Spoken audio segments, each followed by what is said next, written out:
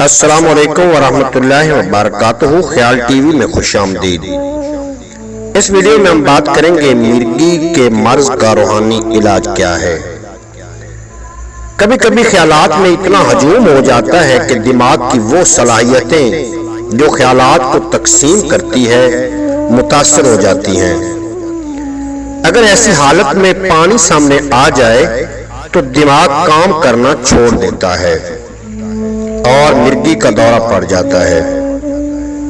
جب تک خیالات کا ہجوم معمول سے زیادہ رہتا ہے مریض بے ہوش رہتا ہے، اور جب یہ ہجوم منتشر ہو جاتا ہے تو مریض کو ہوش آ جاتا ہے۔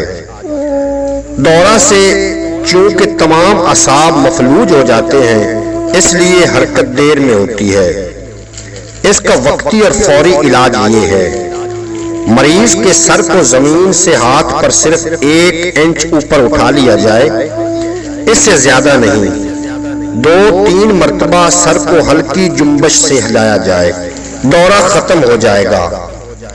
تاہم آنکھوں کی پتلیوں کی نگرانی کچھ دیر تک کریں تاکہ وہ خلیے جو حافظہ سے متعلق ہیں دیکھنے والے کی نگاہوں سے ٹکرائیں گے اور شعور بحال ہو جائے گا۔ مرگی کے مرض کی ایک شناخت یہ بھی ہے کہ پتلیاں اپنی جگہ سے کچھ نہ کچھ اوپر کی طرف ہٹ جاتی ہیں۔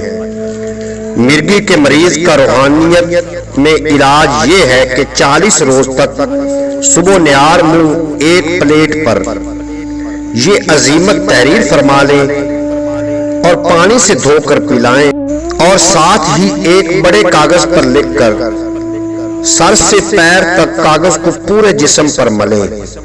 کاغذ پھٹ جائے تو دوبارہ لکھ لیا جائے۔